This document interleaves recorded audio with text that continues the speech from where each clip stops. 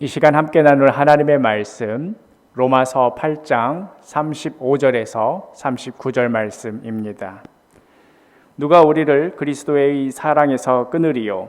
환난이나 공고나 박해나 기근이나 적신이나 위험이나 칼이랴. 기록된 바 우리가 종일 주를 위하여 죽임을 당하게 되며 도살당할 양같이 여김을 받았나이다 함과 같으니라. 그러나 이 모든 일에 우리를 사랑하시는 이로 말미암아 우리가 넉넉히 이기느니라. 내가 확신하노니 사망이나 생명이나 천사들이나 권세자들이나 현재일이나 장래일이나 능력이나 높음이나 깊음이나 다른 어떤 피조물이라도 우리를 우리 주 그리스도 예수 안에 있는 하나님의 사랑에서 끊을 수 없으리라. 아멘. 지난 수요 기도회 시간에 우리는 구원의 확신의 문제에 대해서 다루었습니다. 우리가 구원받았는지에 대한 그 근거를 이 세상 그 무엇에도 둘 수가 없다. 오직 우리의 구원의 근거는 하나님께만 있다 하는 것이 핵심 메시지입니다.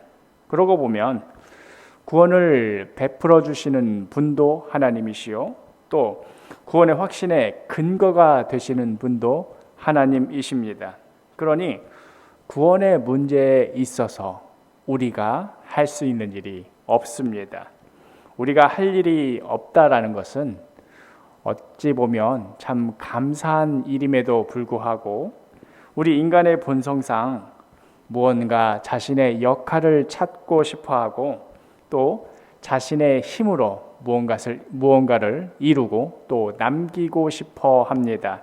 그렇다 보니 구원의 문제에 있어서도 그저 은혜로 주어지는 것이다, 거저 선물로 받은 것이다 하고 말을 하게 되면 오히려 선뜻 받아들이지 못하게 되고 때론 도리어 방황하기도 합니다. 또 어느 이단에서 가르치는 것처럼 이미 우리는 구원 받았으니 그렇다면 더 이상 정죄함이 없고 그러므로 오늘부터는 이제 무슨 짓을 하더라도 상관이 없다 하는 식으로 오히려 구원의 확신을 가진 이후로 더 엉망인 삶을 살게 되기도 합니다. 구원의 확신에 대해 이렇게 그릇된 태도를 가지게 되는 그 중요한 이유 중 하나는 구원의 문제를 단지 죽어서 천국에 가느냐 마느냐 하는 그런 정도의 문제로 축소시킨 데 있습니다. 그러나 성경은 계속해서 강조하고 있습니다. 구원의 문제는 내세에 천국에 가느냐 마느냐 하는 그러한 문제보다도 훨씬 더 큽니다. 구원의 문제는 관계의 문제입니다. 잃어버렸던 하나님과의 관계를 다시 회복하느냐 그렇지 않느냐 하는 문제에 바로 그 본질이 있습니다. 예를 하나 들어보겠습니다. 결혼을 앞둔 어느 아가씨가 있다고 해 봅시다. 결혼 이야기가 오고 가고는 있는데 아직 확실하게 정해진 건 없는 그런 상황인 것이죠. 이때 가장 중요한 것이 있다면 무엇이겠습니까? 당연히 신랑 신부 두 사람이 서로 뜨겁게 사랑하는가, 인생 전부를 함께할 각오가 되어 있는가, 이것이 정말 중요한 문제 아니겠습니까? 그런데 이런 문제는 뒤로 제쳐둔 채 내가 진짜로 이 결혼할 수 있나 없나 하는 문제에만 이 아가씨가 몰두하고 있다고 한번 해봅시다. 진짜 이 사람과 결혼할 수 있을까?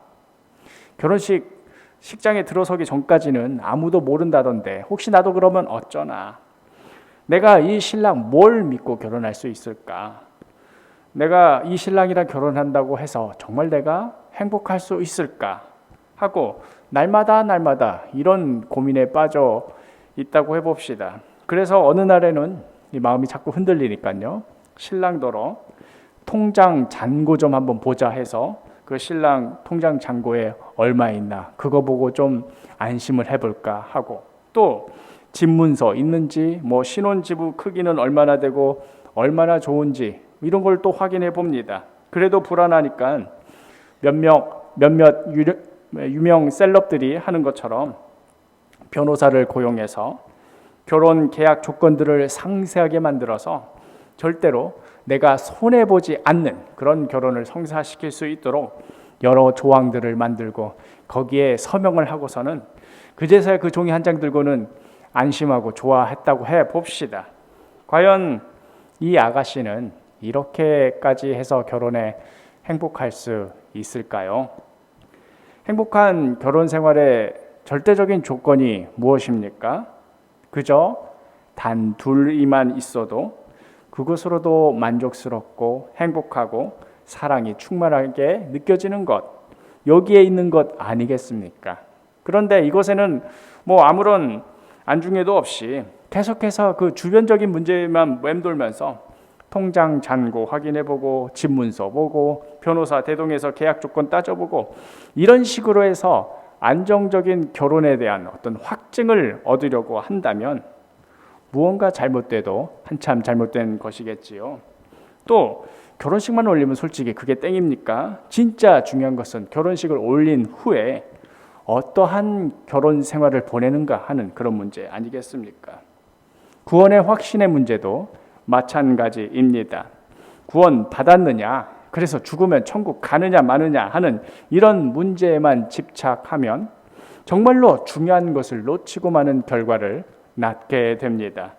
중요한 것은 구원을 받은 자로서 우리의 신랑 되시는 예수님과 어떻게 살아가고 어떠한 관계를 맺으며 살아가는가 하는 것입니다. 그런데 이 모든 것이 빠진 채 계속 눈에 보이는 어떤 것들로만 확증을 얻으려 하는 이러한 태도는 결혼을 앞두고 계속해서 딴짓만 해대는 이 아가씨와 별반 다를 바 없는 그런 태도가 되는 것이지요. 그래서 이 구원의 문제에 있어서 믿음이 이토록 중요한 것입니다. 서로 잘 모르는 두 사람이 만나서 인연이 되어 결혼한다고 했을 때 이 믿음, 즉 두 사람 사이의 신뢰가 얼마나 중요합니까? 도대체 두 남녀가 서로에 대해서 무슨 증거가 있다고 서로에 대해서 신뢰할 수 있을까요? 첫눈에 바라보는 순간 반하고 무슨 어떤 매력적인 감정이 들면 그것이 신뢰의 조건이 될 수 있을까요? 나랑 취향이 비슷하고 관심사가 서로 맞으면 그것이 신뢰의 조건이 될 수 있을까요? 그런 것들은 서로 관심을 갖게 되기 위한 하나의 어떤 계기 정도는 될 수 있을는지 몰라도 그러나 그것 자체가 두 사람의 신뢰의 어떤 근거가 될 수는 없습니다. 그것만으로 해서 둘이 살다가 또 다른 사람이 나타나서 매력 느끼고 관심사 맞으면 뭐 그 사람 따라 나설 겁니까? 어쩔 겁니까? 우리는 그런 태도를 신뢰라고 하지 않습니다. 그런 의미에서 신뢰, 즉 믿음은 눈에 보이지 않는 것입니다. 우리가 너무나도 잘 아는 이 말씀, 히브리서 11장 1절 말씀. 믿음은 바라는 것들의 실상이요 보이지 않는 것들의 증거니. 간절히 바라는 것들의 실체, 이것이 나타나기까지는 믿음은 여전히 보이지 않는 것을 향한 발걸음일 수밖에 없습니다. 통장, 집문서, 계약문서 이런 눈에 보이는 이런 것들이 증거가 된다고 하면 눈에 보이지 않는 신랑의 사랑은 온데간데 없게 됩니다. 자, 그러면 지금까지 무슨 말을 하자는 것일까요? 어차피 신뢰라는 것은 눈에 보이지 않는 것이고 그 어떤 눈에 보이는 증거도 찾으려는 그런 태도도 잘못된 것이니까 그냥 아무 남자나 만나서 믿음으로 결혼해야 한다. 그런 말을 하려는 것일까요? 정말 그랬다가는 큰일 납니다. 그래서 중요한 것이 관계입니다. 관계라는 것은 어떤 대상과 시간을 보내고 마음을 쓰고 물질을 쓰고 하는 내 삶의 전반적인 것들을 함께 공유하는 것입니다. 어쩌다 한번 만나서 인사말 나누거나 업무상 필요한 이메일 주고받거나 아니면 뭐 금전적인 문제로 서로 돈이 오고 가거나 하는 이런 것들을 두고 우리가 굳이 관계라고 하지 않습니다. 뭐 굳이 관계란 말 붙이고 싶다면 업무 관계, 금전 관계 뭐 이런 정도의 관계이지 지금 이 시간에 나누려고 하는 결혼과 같은 이런 깊은 관계는 조금도 미치지 못하는 그러한 것들입니다. 처음에는 간단한 인사말 나누기 시작하고 함께 차를 마시고 식사를 하고 영화를 보고 여가를 보내고 하면서 그 관계가 깊어지는 것입니다. 때로는 남녀가 서로 오해로 시작해서 다시는 영영 안 만날 것 같은 그런 사이도 있지요. 그러나 그 둘이 어떻게 해서 결혼에 이르게 됩니까? 어떤 계기로 인해서 그 오해가 풀리게 되고 그래서 그 사람에 대한 새로운 시선으로 바라보게 되고 하는 그러한 시간들이 있기 때문에 가능한 것입니다. 나와 다른 누군가와 계속해서 시간을 보내면서 나의 삶의 일부가 조금씩 열려가고 또 그 사람과 동화되어 가는 것이지요. 그냥 밑도 끝도 없이 누군지도 모르는 사람 대뜸 나타나서는 보지도 묻지도 따지지 말고 믿기만 해라 해서 관계가 시작되는 것 아닙니다. 그것은 강압이지 믿음이라고 또 관계라고 할 수도 없는 것이지요. 예를 들어서 아브라함에게 나타나는 하나님께서 너의 고향과 친척과 아비집을 떠나라 이렇게 말씀하시는 것 대신에 대뜸 너의 가장 사랑하는 존재인 이삭을, 물론 이때는 아브라함한테는 이삭이 없으니까 그렇다면 사라를 모리아산으로 데리고 가서 번제물로 바쳐라 하고 말씀하셨다고 한번 해봅시다. 그래서 아브라함에게 얼마나 강한 믿음이 있는가 혹은 없는가 그런 것으로 앞으로 이 아브라함에게 복을 줄 건지 말 건지 하나님께서 그렇게 결정하시겠다고 한번 해봅시다. 이런 관계 속에는 아브라함과 하나님 사이에 그 어떤 관계성도 없습니다. 그저 밑도 끝도 없는 믿음이 있느냐 없느냐, 그게 있으면 구원, 그게 없으면 아웃 하는 그런 식의 강함만 있을 뿐입니다.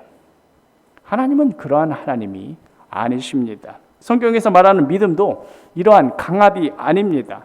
물론 고향을 떠나는 그 믿음도 정말 큰 믿음이지만 나중에 그 사랑하는 아들인 이삭을 바치는 그 믿음에 비하면 이건 정말 작은 시작에 불과합니다. 작은 믿음에서 큰 믿음으로 자라기까지에는 그동안 아브라함과 하나님 사이에 많은 사건과 교제를 통하여서 쌓아온 그런 관계가 있었습니다. 그 모든 과정을 통하여서 아브라함은 하나님이 어떠한 분이신지를 더욱 깨닫게 되고 또 더욱 신뢰하게 된 것이지요. 그리하여 이삭을 바치게 되는 믿음의 정점에 이르러서는 이렇게 해당하지요. 이브리서 11장 17절부터 19절.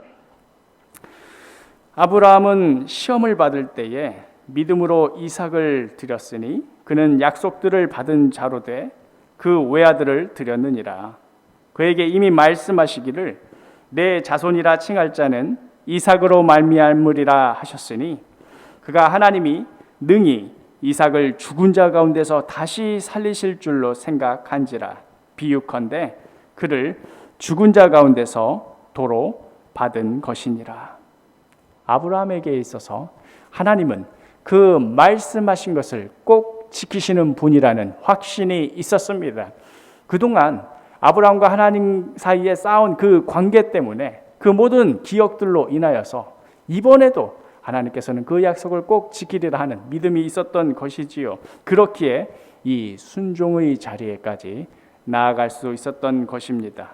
그렇다고 해서 이삭을 바치는데 아무런 마음의 동요도 없고 가벼운 마음으로 모리아산 올라갔다 이런 말씀을 드리는 것이 아닙니다. 다만 아브라함의 그 순종을 통하여서 그 믿음을 더욱더 분명히 할 수 있었다는 말입니다. 구원의 확신의 문제는 관계의 문제입니다. 그러나 그렇다고 해서 마냥 좋기만 하고 마음 편한 그런 시간만 포함되어 있는 것 아닙니다. 관계 속에는 신뢰의 시간도 있지만 또 의심과 회의의 시간도 분명히 있습니다. 아브라함이 하나님의 말씀에 순종하여 고향을 떠나기는 했지만 그 역시도 과연 하나님께서 그 약속을 지킬 것인가, 나에게 후손을 주실 것인가 하는 그 의심과 또 회의의 시간들이 있었습니다. 혹은 하갈을 통하여서 자기 나름대로의 방법으로 대신해 보려 하는 그런 시도도 있었습니다.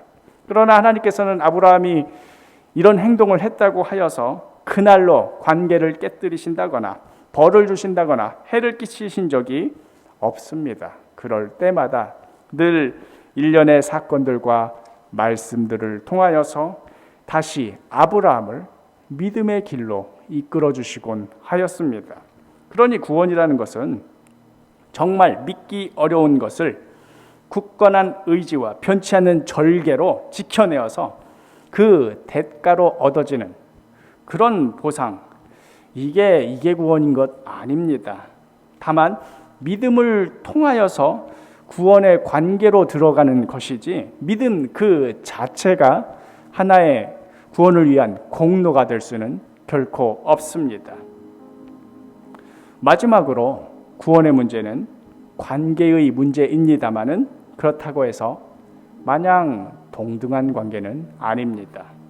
여기서 동등한 관계가 아니라고 해서 하나님이 우위에 있고 우리는 하위에 있다는 그런 의미로 말씀드리는 것이 아닙니다. 우리는 하나님께 그 어떤 것도 해드리지 못하였는데, 그 어떤 공로도 자격도 되지 못하는데, 하나님은 이미 우리를 위하여서 가장 귀한 것을 희생하셨다는 의미에서 동등한 관계가 아니라는 것입니다. 신랑 되시는 우리 예수님께서 신부가 될 우리를 위하여 결혼에 필요한 모든 것들을 친히 다 준비하신 후에야 우리를 부르신 사건이 구원입니다. 신부가 될 우리의 자질이 어떠한지, 앞으로 우리가 말 잘 들을 건지 말 건지, 구원의 확신이 흔들리지 않고 굳은 절개로 믿음을 지킬 건지 말 건지 그 여부에 따라 판단하고 난 다음에 그 다음에 구원 여부를 결정하시는 것이 아니라는 말입니다. 우리가 어떻게 나오는가 지켜본 다음에 그 다음에 내가 그걸 보고 십자가 질지 말지 해주겠다, 이런 의미가 아니라는 것이지요. 이미 우리 모두를 위하여 자기 자신을 내어 놓으셨습니다.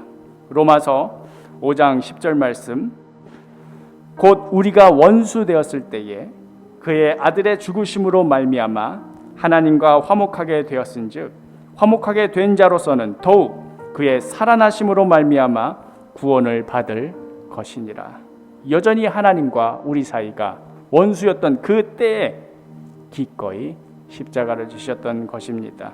그러니 결혼의 비유로 따져보자면 신부를 위하여 자기 목숨까지도 다 바치는 그 사랑을 이미 보여준 후에 신랑이 신부에게 청혼을 하는 것이 바로 하나님께서 우리를 향한 부르심입니다.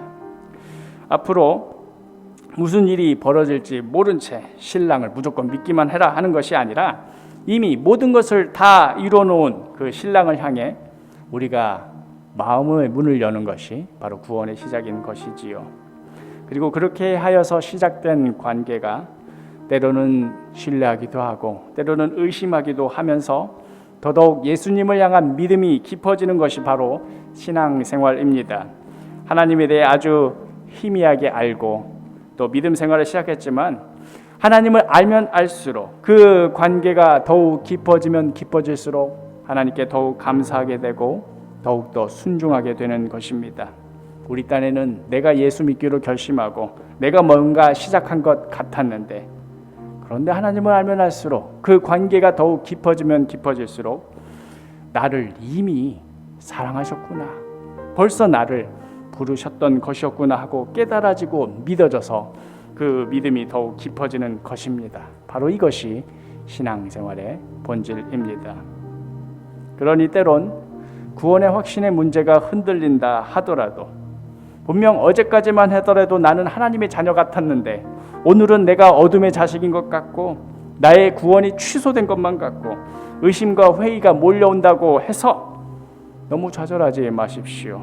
이 모든 과정을 통하여서 하나님과의 관계가 더욱 깊어지는 시간을 경험하게 될 줄로 믿습니다. 나는 또 하나님을 의심하고 말았고 나는 또 넘어지고 주저앉고 말았지만 그럼에도 끝까지 나를 사랑하시기에 나를 붙들어 주시고 나를 다시 일으켜 세워주시는 하나님의 은혜를 경험할 줄 믿습니다. 나의 어떠함이 아니라 하나님의 어떠하심 때문에, 사랑과 긍휼이 풍성하신 하나님의 어떠하심 때문에 우리에게 소망이 있는 줄 믿습니다. 그리하여 오늘 함께 읽었던 이 로마서 말씀의 고백이 우리 가슴속 깊은 곳에서 터져나오게 되기를 소망합니다. 로마서 8장 38절 39절 내가 확신하노니 사망이나 생명이나 천사들이나 권세자들이나 현재일이나 장래일이나 능력이나 높음이나 깊음이나 다른 어떤 피조물이라도 우리를 우리 주 그리스도 예수 안에 있는 하나님의 사랑에서 끊을 수 없으리라.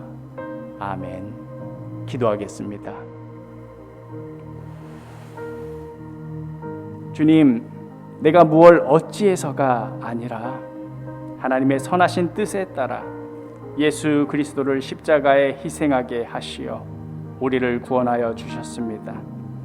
그래서 단지 우리가 죽어서 천국 가게만 하시려고 그 일을 이루신 것이 아니라 더 본질적인 하나님의 뜻은 그리하여 이제로부터 영원히 우리와 하나님과 영원히 교제하게 하시려고 이 일을 이루신 것입니다. 끊어져 버렸던 하나님과의 관계를 다시 회복하고 이제 하나님과 함께 누리게 살게 하시려고 그 구원의 일을 이루신 것입니다. 그러니 이제 구원받은 하나님의 자녀로서 더더욱 하나님과의 관계가 깊어지게 하여 주옵소서. 더욱더 주님과 시간을 보내고 마음을 쓰고 물질을 쓰고 나의 온 삶을 드리는 그러한 믿음의 삶으로 더더욱 나아가게 하여 주옵소서. 하나님의 어떠하심을 경험하고 더욱 신뢰하고 그리하여 더욱 주님께 순종케 되는 우리 모두의 삶이 되게 하여 주옵소서.